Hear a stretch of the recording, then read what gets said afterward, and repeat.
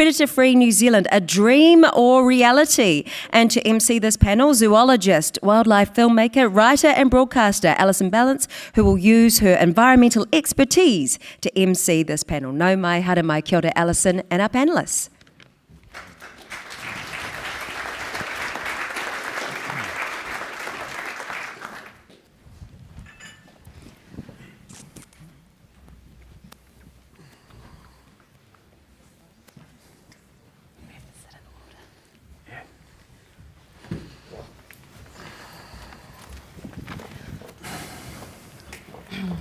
Māori ora, everybody.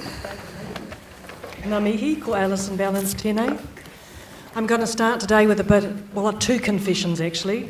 One is that I'm a highly functioning introvert, and at this point, every time I do one of these things, I wonder why I said yes.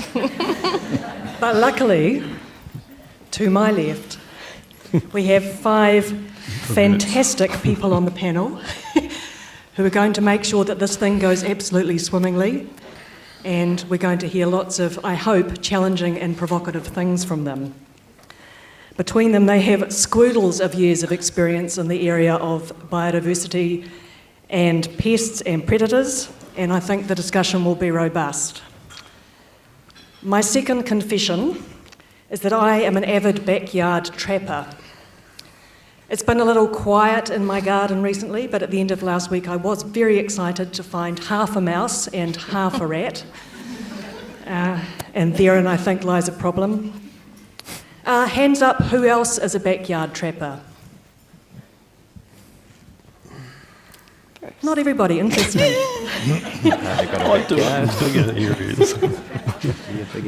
We heard yesterday from Kelvin Hasty about predator-free Wellington, how every suburb now has a backyard trapping group, and the council has a goal of making Miramar Peninsula rat and stoat free as well as possum free, which it is pretty much already. But that's small fry compared to predator free 2050. But it's part of it, and we'll come back to that. So a quick introduction to my panellists. I have lots of bits of paper. I'm hoping like hell I don't drop them. In no particular random order, except it's the order in which I've got them written down. Shaun Ogilvie. Shaun's of Te Arawa and Ngāti Awa descent. He's got a PhD in ecology from the University of Canterbury. He's the director of EcoResearch Associates Limited. He's also the Māori Business Development Consultant for the Cawthron Institute in Nelson. He's a principal investigator for Ngāpai o Te Maramatanga. He could run the panel on his own. I could go on, but suffice to say he's worked in a lot of places. He has a lot of experience. Nicola Toki is a threatened species ambassador at the Department of Conservation. Her mission is to advocate for threatened native plants and animals. Day to day, she is also on the senior leadership team for the biodiversity group in DOC, and she was on the equivalent panel of this at Crazy and Ambitious 1, and she has some things to say about that. Devon Maclean, he's had a 30-year career in forestry, ranging from Carter Holt Harvey. He was on the New Zealand Forest Industries Council. He was director of the National Association of Forest Industries of Australia, director of what's now called SCION, the New Zealand Forest Research Institute. He was involved in setting up Project Crimson. The list goes on. He chairs Predator Free New Zealand. He's on the Biological Heritage National Science Challenge. He's on the Next Foundation. Lots of irons and lots of fires. Bruce Warburton from Manaaki Whenua Landcare Research. He's a vertebrate pest biologist and science team leader at Manaaki Whenua. More than 30 years experience carrying out research related to the improved management of vertebrate pests. Campbell Leckie, Land Services Manager at Hawke's Bay Regional Council. He's had 30 years operational experience in biosecurity and biodiversity. Predator-free Hawke's Bay is one of the projects that he chairs. He believes that business as usual will not solve the current environmental challenges we face, and that people are a critical part of the solution. So that's our wonderful panel. We have been tasked with discussing Predator-free New Zealand, a dream or a reality. We have just heard a lot from Sir Rob Fenwick about the dream. I'd like to just throw it to the floor. How many of you think it's a dream? Is a dream a bad thing? No, a dream is not a bad thing at all. There's a couple of hands. How many think it's a reality? Most of you think it's a reality. Great. So just remember, it sounds like we're dealing with 3 species, but we are actually dealing with 7. So can we do it? So my first question to the panel is whether they think it's a dream or reality. We'll just start to my left and go along. So without just being socially acceptable for this forum, I definitely think it's a reality. But I do, and partly for me, that's around the technology which we are going to need to get there. If you look at the technological changes our society has gone through in the last even 40 years, that the technology curve is massive. And so the ability to have technology to drive the things we're after is, I believe, is absolutely there. I think the comment I'd make, though, is that actually, for me at least, probably only 20% of this is about the technology. 80% of it's about the people. And so for me, it's a reality, but only if we can get the people part of the picture right. And for me, that really comes down a lot to just how much are we investing in the people part of the picture, as opposed to the technology and operational delivery part of the picture. If this panel was Mike King's brain, then I'm the critical side of his brain. I think it is a dream. If we're strictly believe by 2050 we're going to eradicate 7 species, 3 species of rats, 3 species of mustelids and possums from all of New Zealand, I believe that's a dream. But when you have a dream, you wake up and there's 3 possible outcomes. The first is that dream could become a reality, and again, I don't think that is going to be a reality by 2050. I'm not saying further out it may become a reality. You could wake up and it might become a nightmare, and I think there is a small probability of that happening. And the third possibility is you could wake up to a different reality, and I think that's where we need to be, and we need to agree on what that reality might be. And it might be something like we make Otago Peninsula, Banks Peninsula, Mahia Peninsula, Coromandel Peninsula, or even Northland predator-free by 2050. And I think that is ambitious, but it's not crazy. And I think it might be achievable, and there'll be a hell of a lot to learn in that process. But to actually think we can do mainland New Zealand, I think that's a dream. Well, as a mainlander, and always having the glass half full, I do think it is a dream we can make reality. I do think, though, we need to have a bit of a reality sandwich in how we go about it. And what I mean by that is we will require transformative change. So that means not just a ramped up version of BAU, it means actually rethinking everything that we're doing and how. I agree with Campbell that it is almost entirely about the people, and I suspect part of the issue is we've thought about this and framed it in such a way that is predator-free is the thing we're going to do, the problem we're going to solve is we're going to get rid of the predators. We're not thinking about in terms of our natural, cultural, health, well-being, education package of who we are as New Zealanders. So I think a little bit of reframing in the public. Kia ora koutou.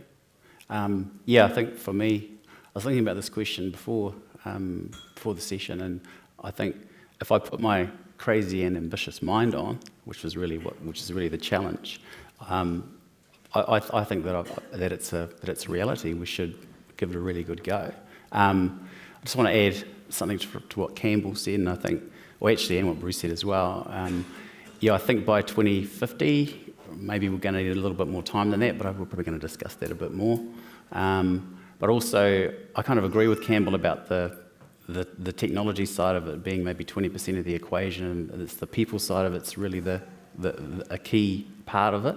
But I'd kind of like to think we can link them together, and I want to just mention some work that I've been involved with actually Will Allen, who's down the back there, but that's around co-design of technologies. The technologies are designed with the communities at hand, so just putting that out there is something I think which is a key part of it. So, kia ora.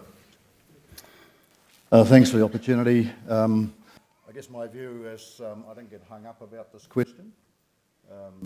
It's not a reality today. Not working? Well, just stop a second there. I don't think your mic's working. Is that working now? Yeah, it's going. Okay, yeah. I guess I don't get hung up about this question. It's not a reality today, but it's a very valuable dream to have out there. I'd like to think it's not going to take that long.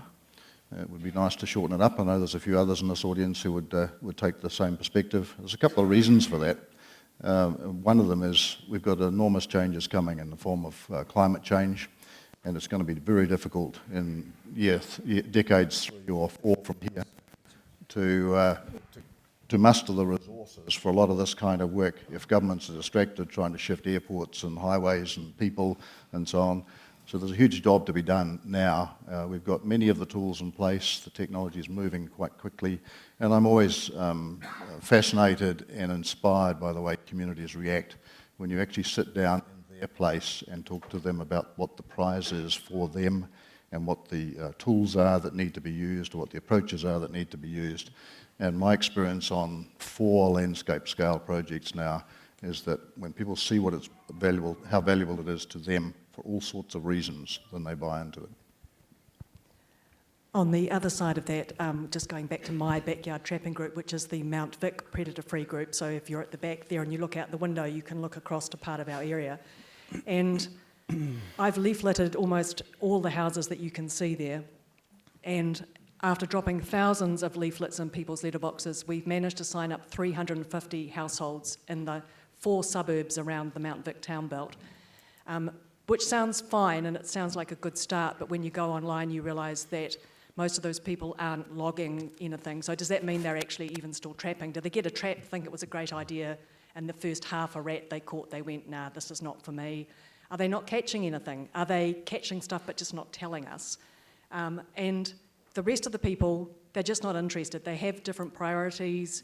A lot of them are renters. They're only there for a short term.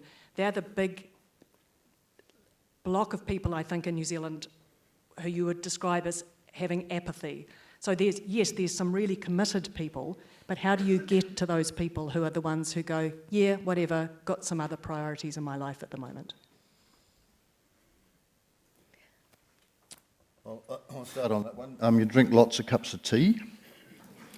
If I go back to the example of the Abel Tasman National Park and the opposition against 1080 in the Golden Bay community, which was right alongside that, I spent a year sitting in the coffee, not quite literally the whole year, but over a year in the tea rooms of Golden Bay and in the homes there, talking to people about what the prize would be at the end of the day if they were willing to give us the opportunity to do that. Today we're dropping the third lot of pre-feed, so there have been 2 1080 operations in the national park, another one going down shortly, and if there's any opposition today it'll be very slight. So it's about the conversation in the place, it's about what's in it for them as a community, and it's about giving them the assurances they need about the methodology and if necessary involving them directly in observing the process. And I'm not advocating that 1080 is the solution to all of this either, just to be clear. I mean, one thing that stands out for me in this whole conversation, there's a very woolliness around people's vocabulary, and predator-free 2050 to me means eradication. That's 100% kill, that's not sustained control. And New Zealand are world leaders in doing sustained control. You look at Osprey and the TB management program, large areas, region-wide sustained control that Campbell's been involved with, Cape to City and elsewhere. They are exemplary pest control management programs, but they're not eradication. And I think there's very few examples of community groups that have actually eradicated. And there's a huge difference between getting a 98% kill and 100% kill. We can get 90, 95, 98% kills with 1080 operations for $30, $40 a hectare. To get a 100% kill, all our eradication attempts on islands and that cost $200,000, $500,000 a hectare. We can't afford to do that over the mainland, even if we had the social licence to do it. Yeah, and the only way to reduce the cost is to find some self-disseminating mechanism. And we don't have that at the moment. And I doubt if we'll get that developed by 2050. We might do it later than that.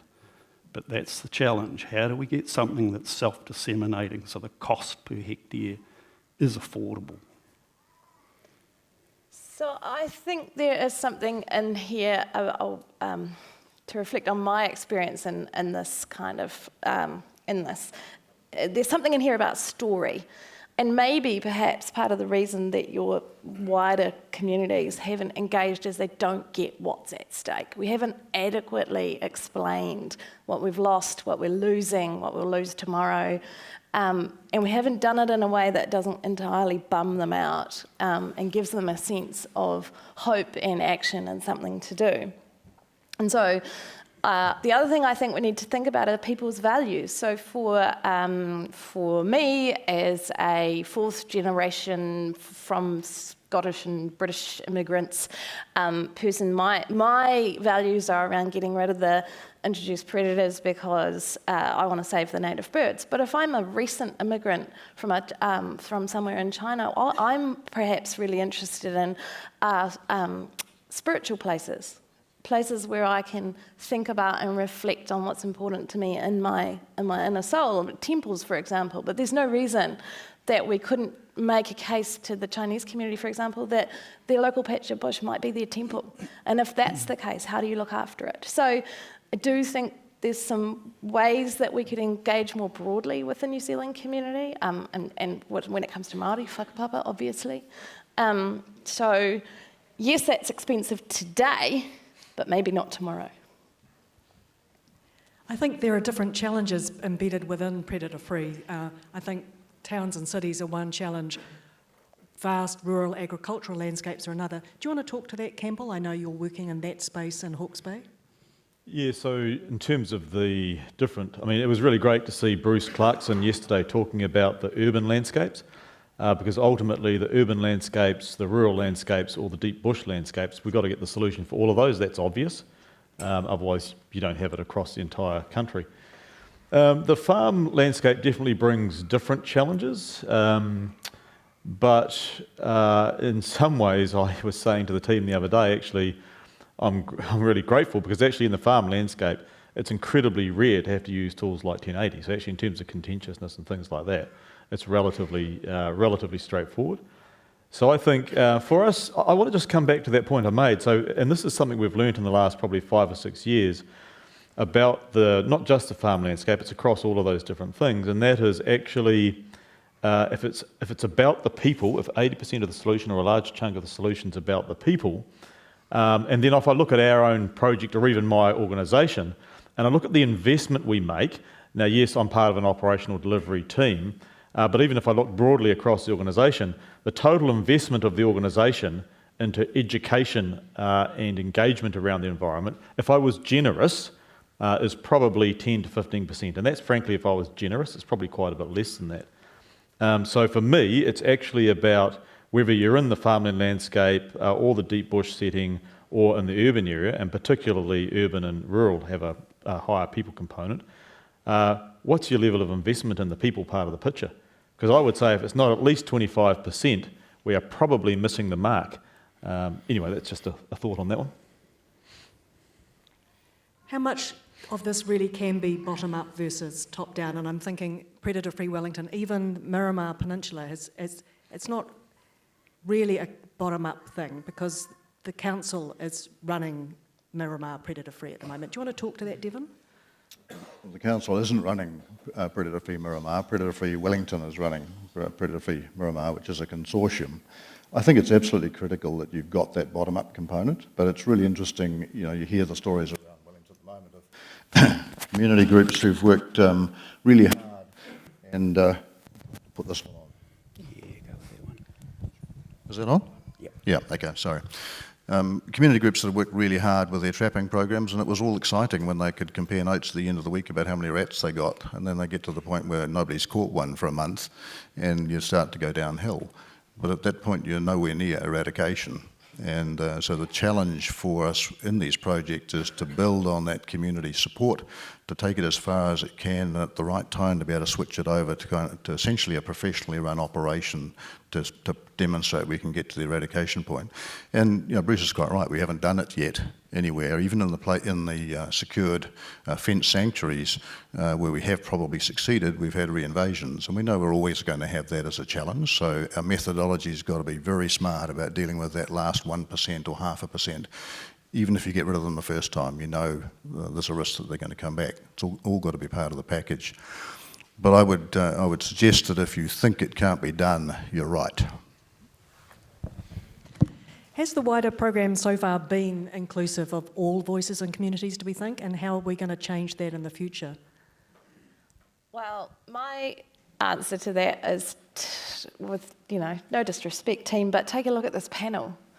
I'm not sure if we're inclusive of the wider voices of the community, and so I think there's a lot of work to be done, but acknowledging that, so being able to acknowledge and embrace that and think of ways of, who is missing on this panel and how do we get them here 2 years from now, I think sets us on the right track. Can I throw something into that, Alison?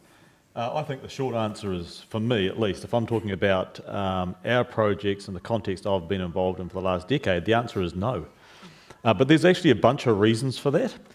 So when you kick off these very large-scale landscape projects, there's all sorts of things going on. And if I think about Whakatupu Mahi at the moment, it's taken, firstly we had Poutere Altane, then we had Cape to City, then we had Whakatupu Mahi. It's really only in Whakatupu Mahi where we've actually got the sequencing of things right. And we've got, for example, Rongamai Wahine Iwi right there at the governance and project team and really involved in helping to drive things.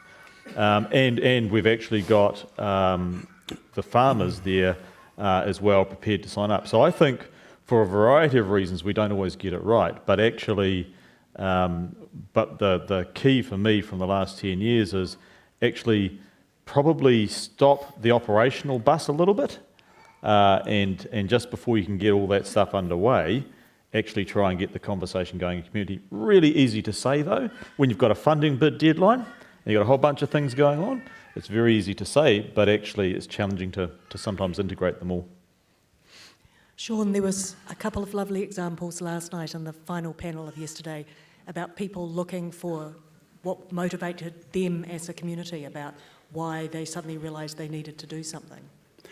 Yeah, so I think if I can add a Māori perspective, a Māori layer on the discussion, and it does follow on from the panel last night, and that's that around the motivations, I mentioned the Kiwi Protection Program that I've done some work with in the past with Tūhoi, and the motivations there are individuals are pretty strongly motivated around a sense of protection of whakapapa, because they're looking at the Kiwi, and the Kiwi is seen as a tuakana, so an elder sibling.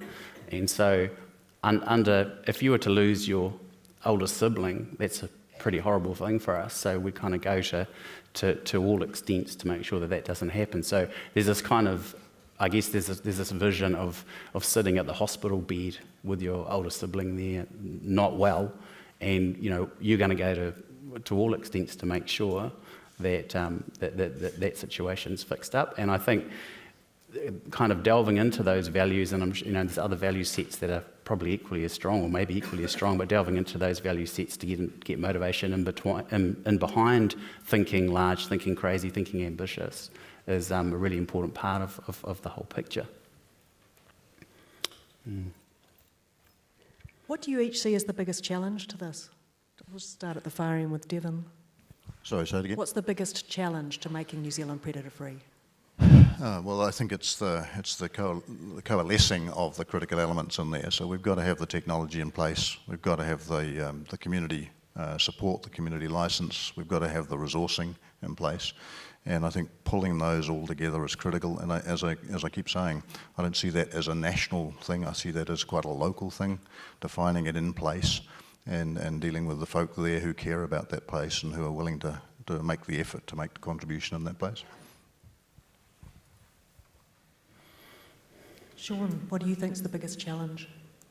Yeah, I think it is about that connection and everyone kind of getting in behind. I think if I zoom in on the technology side of things, I think something that's been kind of a recurring question is that we as, if I can put me into that group, we as technology developers kind of go into a corner somewhere and come up with what we think is an amazing technology, and even if it's absolutely like 99% foolproof, if you take it out there and it's not acceptable, well, you kind of, the technology's failed, really.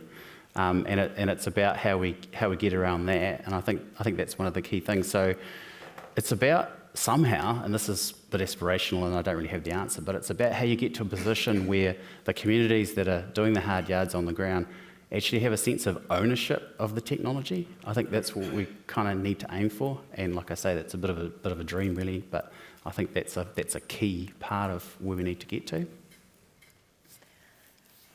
So I think what you've heard us all talk about, the complexity, and in particular the complexity of the interactions with people, with groups, with communities, with iwi, with science, and to me that is the greatest challenge. So how do you harness the complexity and drive everybody's individual aspirations for the shared outcome in a way where each person gets that sense of ownership without feeling like it's been foisted upon them by some greater outfit. To me, if you're someone who likes to think a lot about ecosystems, and I suspect there may be a few of you in the room, the ecosystem of the people involved in this and the complex and interconnected web, the nature web, if you like, of ideas and technology, that to me, harnessing that and weaving that together is the greatest challenge. Bruce? Yeah, for me, I think it's just clarifying what we actually want and what we want to achieve. And I think several speakers mentioned theory of change and logic models. So in a logic model, your top outcome might be towards or predator-free 2050, and I think we all would aspire to that, we all want that. But we need some intermediate outcomes, and we don't have those. So we need some leadership in this space. We need a national strategy to lead that. And until we have that, we just have this sort of disparate sort of actions going on all over the place and nothing pulling that together. And I think that's what we really need at this time, is some leadership. Boy, are you in for a surprise in the next couple of weeks. Can I just say a little something? Like on that front, I think from my point of view, I'd like to just pay an acknowledgement to the Biological Heritage National Science Challenge, because one of the things that's really strong in there is an attempt to defragment the whole situation, and I've just from my experiences working with them, I think that there is a serious intention to do that, and I think that's a key part to getting to that solution that Bruce is looking for. So I'm going to take a slightly different tack on that, and some people might not agree with me, but partly for me the greatest challenge is about how we frame the conversation around PF 2050, and I'll be really blunt from my point of view. It's actually not about predator pests. The predator pest management, and particularly when you go out to our communities, it's not, killing predators is just one means of achieving a whole bunch of other things for them. So for me, PF 2050 is about how we're framing a conversation around a different sort of community, a community that's involved collectively a whole lot more, something you mentioned as well, but it's also a community of focusing on killing predators because they want to get all these other things done. And so for me, the challenge is if we focus too much on predators, while that's the mechanism to get to where we want to be around the outcomes, it's not actually the thing which the community are focusing on as what they value per se. So we've talked a lot about people. Let's talk a little bit about technology. We've got existing tools and techniques. Is it just a matter of scaling those up? Do we need a magic bullet, and what might that look like? Is there a magic bullet? I don't know, I'm asking you. I mean, from my point of view, I'd think the magic bullet idea is something that's not really realistic. I mean, there isn't a magic bullet. And I think the risk of thinking about magic bullets is that you take effort away from other things. So I mean, it's an old adage, but I think we need to be thinking across the whole toolbox of tools that we have, and also be thinking about innovative new ones to add to the toolbox. So just a quick response to the magic bullet concept from my point of view. Yeah, from an investment point of view, you want to diversify your portfolio, right? You don't want to throw all your cash after one particular thing because the risk is too high. So yes, we should be investing in new technology. Yes, we should be ramping up the technology we already have and looking in corners for other things. But to just follow one idea and hear off down a path and miss the world of opportunities to the side of us, I think would be a really, it would create a lot of loss.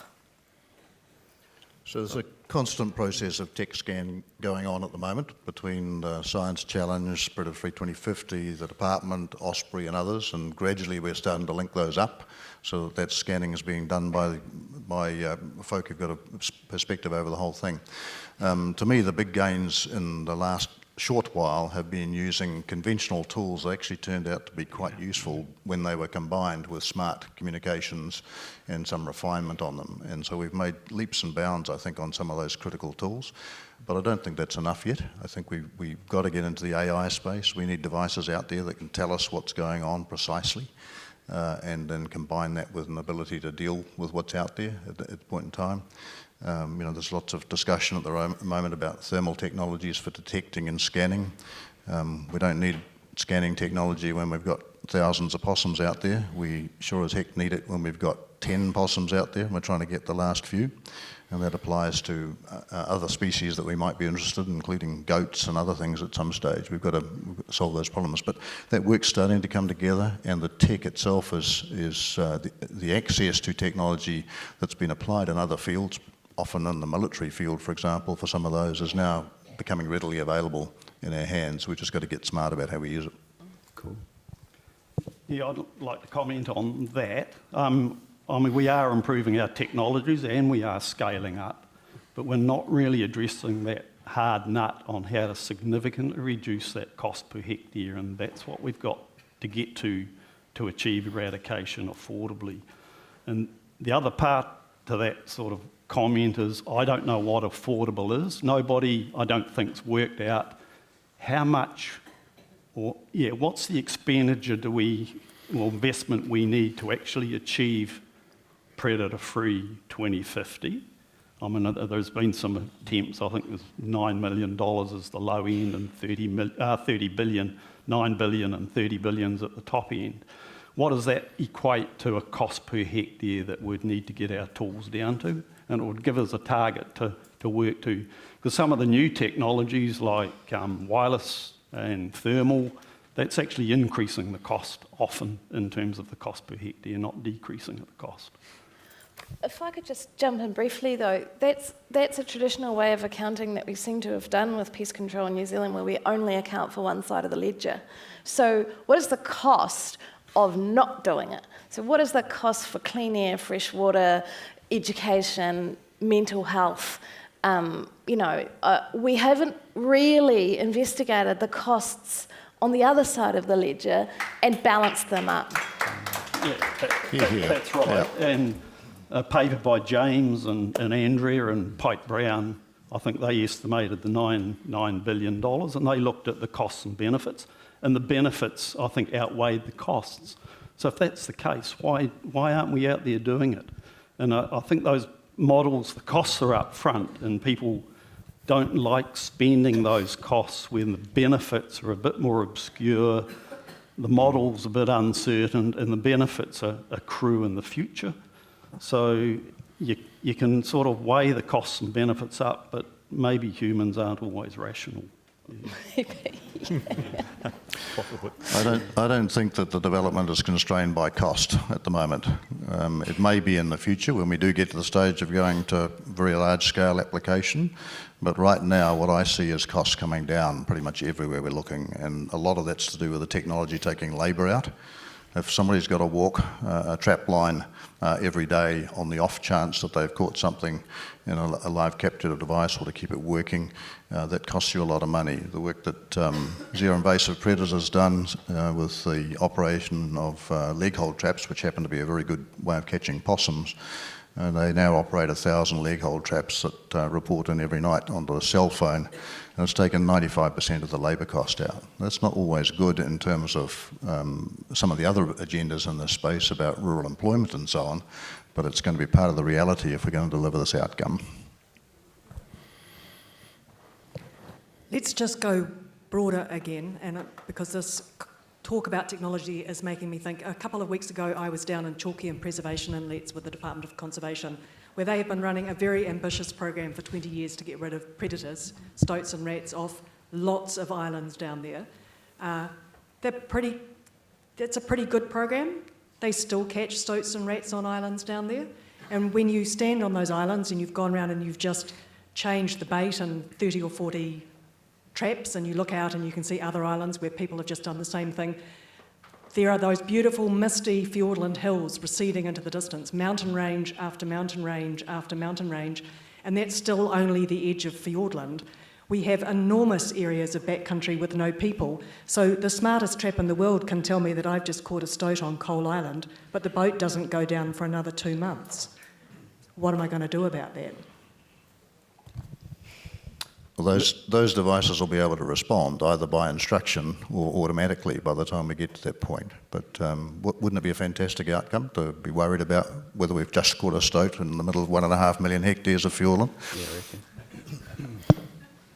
I was going to say let it sit there for 2 months and go out with the boat. Well, that's what they do at the moment. But it doesn't stop stoats and rats swimming across from the mainland. So if you're going to tackle something like fiordland, that's a completely different ball game again. So how are we going to do that? I'd just like to respond to Campbell. And he's right, just leave it there for 3 months. And if you're doing that, then there's no point in having wireless technology, really. There's not that much added value. And the reason we're using wireless technology is because we're using leg hold traps, which are sort of designed in the 17th century. And we've got to, so we've got this really modern technology on one hand, putting it with such old technology, it's embarrassing. We've got to get more innovative in the traps that we're using, so we don't need to rely on wireless technology. I think that's a fair enough question, except it shouldn't be one that is a go, no-go in terms of making us feel helpless and stopping. Because I remember a time, I've reached that part of my career, I remember a time when we changed our kiwi monitoring to take eggs from the wild, from people walking into the bush for 2 weeks every night to find whether or not it was time to take the egg, to flying over it in half an hour and making 45 ranger days in half an hour. And at the time, I also remember that my colleagues who were Kiwi Rangers being terrified that that was going to be the end of their amazing career. But all it did was allow them to do way more for way less. So, yes, we need to get better. The fact we're detecting a stoat and we can't get down to it at 2 months, the fact we're detecting it is the main point. We'll figure out how to attach a laser to it. I don't know. I'm just going to throw to a couple of the questions that have come from the floor. So to all the panellists, do they consider that the level of scientific literacy among the media, and that includes me, is adequate to competently articulate the issues around predator-free? And if not, what do you suggest as a solution? Oh, pick me. That sounds like you. Well, I'll say no, given I'm the critical side of Mike King's brain. As I said before, I think there's some woolliness around sustained control and eradication, and that's not clearly articulated in the media, and it's not clearly understood by communities. You hear people say, I got a 98% eradication. I mean, it's just an absolute nonsense. It's absolute. It's like 99% germ-free. Yeah, or virginity or something like that. But, So I think, yes, there needs to be an increase in literacy. Yeah. This is my favourite question. I consider there to be quite a high standard of scientific literacy amongst the media in New Zealand. Some of them are in this room. That doesn't mean it's across the board. What I would challenge you all to today is, do you consider that your responsibility to competently articulate the issues around predator-free in a way that the media and the public can understand it, that is evidence-based, is your skill set there? Because if you invest the time, I mean, I once made a poor journalist cry because she wanted to do a story about an obese possum in a German zoo, and it was and tie it to 1080, and I just convinced her that if she did, that would be the end of her journalistic career. But it took a lot of time to get there. It takes a lot of time to explain what we're aiming for and why. If you're talking to a journalist and you're thinking, idiot, you've done yourself and the scientific community a disservice.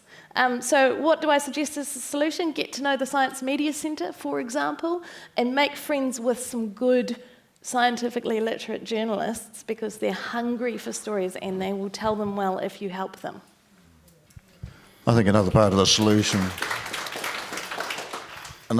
solution is embedding them in the projects. Yes. Get them out there to see what's actually happening, not what they're reading in the newspaper or hearing on the grapevine around the community, but take them out there. It's something that we do a lot of and we should do more of. I was just going to say, I think so my answer would be no, often, although obviously it varies wildly depending on the journalists or the media you're talking about. But I guess also for me too, the reality is often in the media context, you're looking for both the story, but actually you're looking for the angle on the story and creating media interest around that, because actually that's part of your job. And I think sometimes while they can get the sort of part of the story right, or some of the detail right, they then frame it in a way which provides that other angle, which sometimes can actually be a little inaccurate depending on the context. Yeah. And I think part of that too is because it's understandable it needs to be an angle, so people that are interested in the articles. But I think maybe a little bit more effort to not have the angle being something that's just so controversial that people just switch off the whole idea. It's about maybe finding more positive angles and kind of having journalism that's kind of living the crazy and ambitious dream, if I can put it that way. So spending more time on bringing us all together as a country around particular ideas. I'm thinking about 1080. I mean, over the years of, some of the journalism around 1080, it's like, oh God, there's an angle there that's obviously been designed to make people read it, but it's actually not particularly constructive. Yeah. Speaking of 1080, are toxins like 1080 an important tool in this battle? Yeah, absolutely. Yep. Yeah, I think that, it's just the way it is, the tools that we have in terms of cost-effective knockdown, well, especially we're talking about possums, 1080 is pretty much, the best one that we have. That doesn't mean that we shouldn't be doing a whole lot of work on alternatives. I've been involved in a bit of work around alternatives, and one of the realities that came to us working with a Māori community after doing quite a few years around some alternatives to 1080 was that we're going to have to do some pretty amazing research, if we're just talking about toxins, to come up with something that we know more about, that we can actually evidence-based say hand on heart that it's better. So it's a big journey. Yes, absolutely, and not just in terms of the effectiveness of knockdown of predators, but we are increasingly getting some amazing results in terms of the benefits to our native biodiversity. So if you think about, I think this year in the 21-year Landsborough study, mohua were the most commonly encountered bird. Now, that is a turn-up for the books. Kōkaku and the Whenua ranges, the results speak for themselves. And so telling the stories of not just what we nailed, but also what we made will be important too. And I agree with that. I mean, 1080 is the main toolbox for controlling possums, rats and stoats over large areas of our rugged terrain. And it will be in the short to medium term. Fortunately, there's some research going on at Manaaki Whenua looking at species-selective toxins, gene sort of based. It's not GM, but it's just looking at gene switches. So, if that comes to fruition, there'll be another suite of tools in the toolbox, and hopefully 1080 will disappear eventually. But right now, we really need it. Yeah, so I completely agree. I think too, for me though, again, it comes down to thinking about it a little differently. So if you look at some of the work that the ZIP team is doing around using 1080 to eradicate possums, for example, so you're not then going in back every, whatever it is, 5 to 7 years, having to reapply because you've got a suppression environment, you've actually eradicated them, you don't need to go back again necessarily with that tool. I think being able to take that sort of step forward with a tool like 1080 is going to be really valuable when we can do that. Can we just quickly digress? Nicola, I know that DOC's predator-free strategy is currently being discussed and will be released shortly, won't it, Brent? Can you... No pressure. Can you just quickly outline for me what it's looking like? Sure. So it is a big piece of work, and it will hopefully give us a bit of a platform for where to from here in terms of that moving to eradication, that transformative change, because we seem to be drifting back into suppression conversations. And it is about motivating communities, businesses, iwi, the whole of New Zealand. It's about then innovating, and the bit that I really like is the acceleration impact. So the difference between suppression and eradication is the shift in mindset, the transformative change we're making in our heads, and then once we've kind of gathered the troops and headed down this journey together, accelerating that. Like, it is entirely likely that much of the eradication will happen at the very last minute in a very short space of time. And so I know the team have been working really hard on this, and I think you'll all be quite heartened by where we hope to go with you all. So under this current government, gene editing, gene drives are off the table. But can we do it without genetic techniques like these? I don't see gene technologies as being critical at this point. It would be a useful tool to have in the toolbox. Many of the species we're talking about, for various reasons, won't be susceptible in a time frame that's appropriate for what we're talking about. I can't imagine that anybody's going to let us have gene-edited possums running around, given that they're an endangered species just across the Tasman. The psychology of that will be too difficult to get to. We should be researching in this space. We should be following the work that's going on internationally, which we are, and at some point we need to be participating. There's a real opportunity for New Zealand because of our unique situation with no native mammals to actually operate some of the early trial work, maybe on offshore islands or something like that, because other people just don't have that situation where there's nothing else potentially at risk in those locations. But it's too early to say how effective it's going to be. Nobody's done it for mammals yet, and the time frame is at least a decade to be really thinking about having something to deploy in a trial, let alone start spreading around the landscape.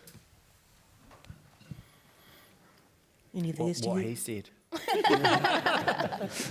No, I guess just to add a little bit. I think that I have a fear that we've maybe been oversold what can be achieved with gene editing for mammals, and so I guess the positive side of that is it gives us more time maybe than we think to have a really good dialogue about it, and I think there's been a lot of questions actually today and yesterday around, well, how do we start that dialogue, and that's a fair question. Well, the dialogue started in some ways, but I think I'd just like to add that I think we've probably got a bit of time to get our heads around what might be involved, and I think part of that dialogue too is that we do have some clear understanding about the techniques and what they really involve. So there's some work to be done there by those that in the know to kind of clearly communicate what's really being talked about.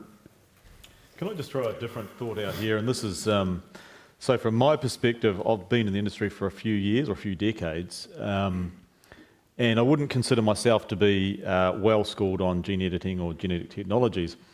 But history has got lots of examples of people saying, this stuff will work, it's safe. And then we found out actually it wasn't safe. And so from my starting point for this sort of stuff, and I'm in the industry, I'm passionate about this stuff. That's why I've made it my career. And I'm sitting there thinking, all good stuff, but actually you've got a long way to go to convince me. And if I'm sitting here passionate about it, having been in it as a career, and I'm thinking there's an awful long conversation to go on with a whole lot of people out there about this. Yep. Thank you. Okay, we'll ask another question from the floor to all of the panellists. Once the 7 predators are gone, do you think biodiversity decline will be halted? And what role does habitat restoration play? Yes, I think it will, and I think there's a keynote speaker later on that will probably tell us a bit more about that. But that doesn't mean that habitat restoration's not important. It'll be a part of it, particularly for landscapes like Cape to City, where you can restore lots of habitat and bring back the wider sort of ecosystems biodiversity. I think another thing in that space we have to think about is an increasing number of deer, and they're having an impact on particularly the forest understory. So we might be bringing the birds back, but that habitat is being modified by another species that we've sort of lost focus on. This is like an exercise in peeling the onions, right? Once we deal with the first 7, the problems will start to become obvious. And, that's the time to have a conversation about cats. It's clearly going to be a time to have a conversation about hedgehogs in some environments. There are other species that are major problems, like rats that drive like rabbits that drive populations different places. So there are other targets down the way, but we've got to focus on something to begin with. And even 7 can feel a bit unfocused from time to time, but the interactions there are pretty important. So I say let's get the 7 and then we'll worry. So I agree with that, but I also want to lift it up a little bit. So habitat restoration plays a really important role, and we're still thinking about this in terms of that narrow focus goal, getting rid of all the predators. If we're also equally thinking about restoring catchments from the mountains to the sea, and all of our streams have habitat along the side of them, and our fresh water is cleaner, there's more habitat for the animals, blah-de-blah, carbon sequestration, ability to adapt and mitigate climate change impacts. They're all really important parts of that will interplay with each other. I also entirely agree, and I see it happening already, that once you take those sort of named predators out, we will start looking around at Mrs. Tiki Winkle and Puss Puss and start kind of scratching our heads and thinking about how we deal with that conversation. So just from our perspective, just without getting too much into the cats debate, but actually... Go on. Yeah, why not? But actually for us, in all the predator trapping we're doing on farmland, for every mustard we're catching 6 to 8 feral cats. And the message simply is this: if we don't take out the cats along with the mustards and the possums, we're not going to get the outcome. It's that simple in our landscape. But to come back to the question around the habitat restoration, they are absolutely 2 key pillars to actually getting the end result. Because we can go and take all the pests we like out of the landscape. In a farmland landscape where there's 3 to 5% of the habitat left, actually if we don't start putting the habitat back now, then we're going to get the pests gone. But as you said, Nikki, the actual species will struggle to have anywhere to thrive in. So for me, it's really simple. We are rapidly running out of time. We have 2 minutes left. I have one more question for each of you. So what's the best lesson that you've each learned already from working in this area?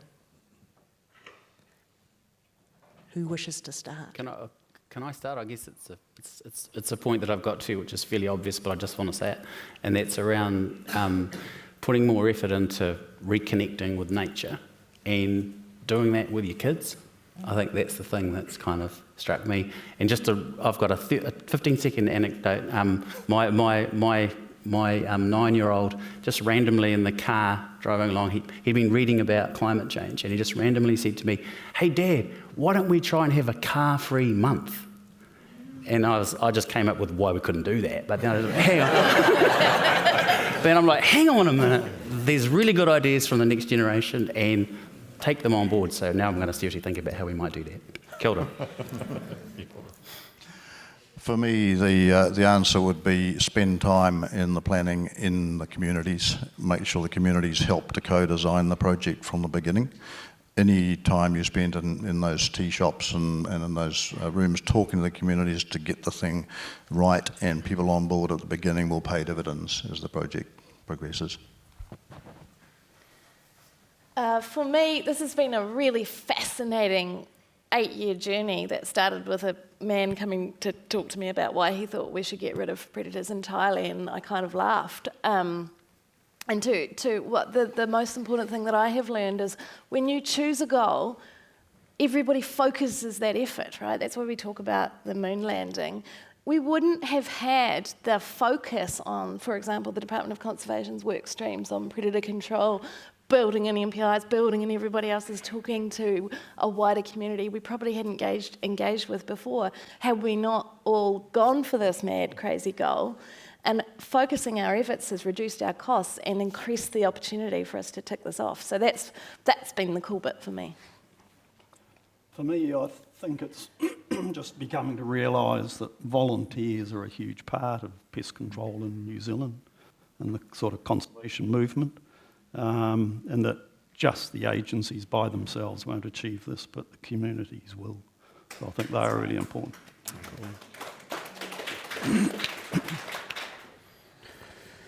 Yeah, so very similar in some ways to Bruce's, but we have an example in one of the projects we're working on at the moment. It's been going for about a decade, Poutere Altane. And for me, probably the biggest lesson of the last 10 years involved in these large-scale projects is we have a massive opportunity to actually create leadership and facilitate leadership and support the leadership of the people in our communities out there. And in Poutere Altane, we had one example where one of the kaumātua basically started to run these hikoi to bring the hapu back to this particular place, mainland island boundary stream, and Poutere Altane as a project. And just watching and seeing our ability to actually, through our funds, to create and to have that leadership be shown by them, and to see how that genuinely made a difference for people. This sort of stuff, you can talk about it sometimes, and it's, it almost sounds sort of really too touchy-feely, but it's been amazing to see how we can, in these projects, actually create and help empower that. Great. Well, there's a big red 0 looking at me on the time clock, and I know you all want morning tea. Several of the things that we haven't discussed, and there are lots of things we could keep on discussing, the challenge of killing the last few animals. Bruce made the point before we came out that it's really easy to kill 98% of the animals, it's really hard to kill the last 2%. The great sense of urgency that we should have in terms of how this is going to help us stop our biodiversity declining any further. Is it a dream or reality? It's quite clear that 2015 is a very aspirational date and we're probably not going to hit that, but it's still useful to have it. Several people yesterday spoke of the importance of having dreams, basically. Fabian talked about the aspirational nature of predator-free 2050 is its strongest asset. Arawa Mead said it's important to set bold visions to show future generations that we stood for something. So it is both a dream and, I suspect, a reality. Thank you very much to all these panellists for this really interesting discussion. Well done.